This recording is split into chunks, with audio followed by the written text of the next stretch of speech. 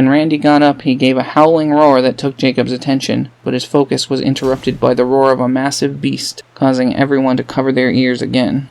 Jacob looked up at the beast to be surprised that it wasn't looking at him, but from the direction the creature was looking came a response. Jacob was filled with new hope when he felt the great wind rush past them, carrying the howl of 1,000 wolves. He looked in the direction he'd heard it from just in time to see hundreds of wolves rushing from the trees toward the creature and its mimics. Then, in the darkness, he saw a pair of glowing green eyes approach from the trees. They stood nearly 2 stories high and belonged to a snow-white wolf. Jacob immediately recognized Caprit from the stained glass window as it marched out of the forest, baring her teeth at the creature with ferocity he hadn't expected. She had glowing green markings that matched her eyes running along her body and converging at her chest, along with 8 gorgeous white wings on her back and a tail as long as the rest of her body, effectively doubling her in length. The wolves stopped pouring from the forest just as Caprit stepped free of the trees.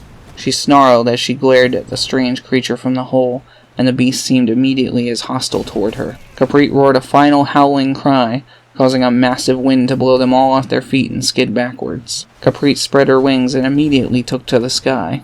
The wolf she brought with her immediately re-engaged with the mimics, seeming used to being blown around. The mimics, however, seemed slow and more sluggish than they had previously. My father theorized that this was probably because they had emptied their stomachs to create the blood moon. Jacob, Niccolo, and the others gathered themselves as the werewolves did, but before anything else could happen, Caprit flew toward the monsters like a shooting star before engulfing its tail in a whirl of gales and swinging it at them like a sword. They were shocked when everyone struck by her cleansing wind was returned to themselves almost immediately, and fully conscious. Randy was standing under the creature as Caprit positioned herself to protect the bystanders as best she could.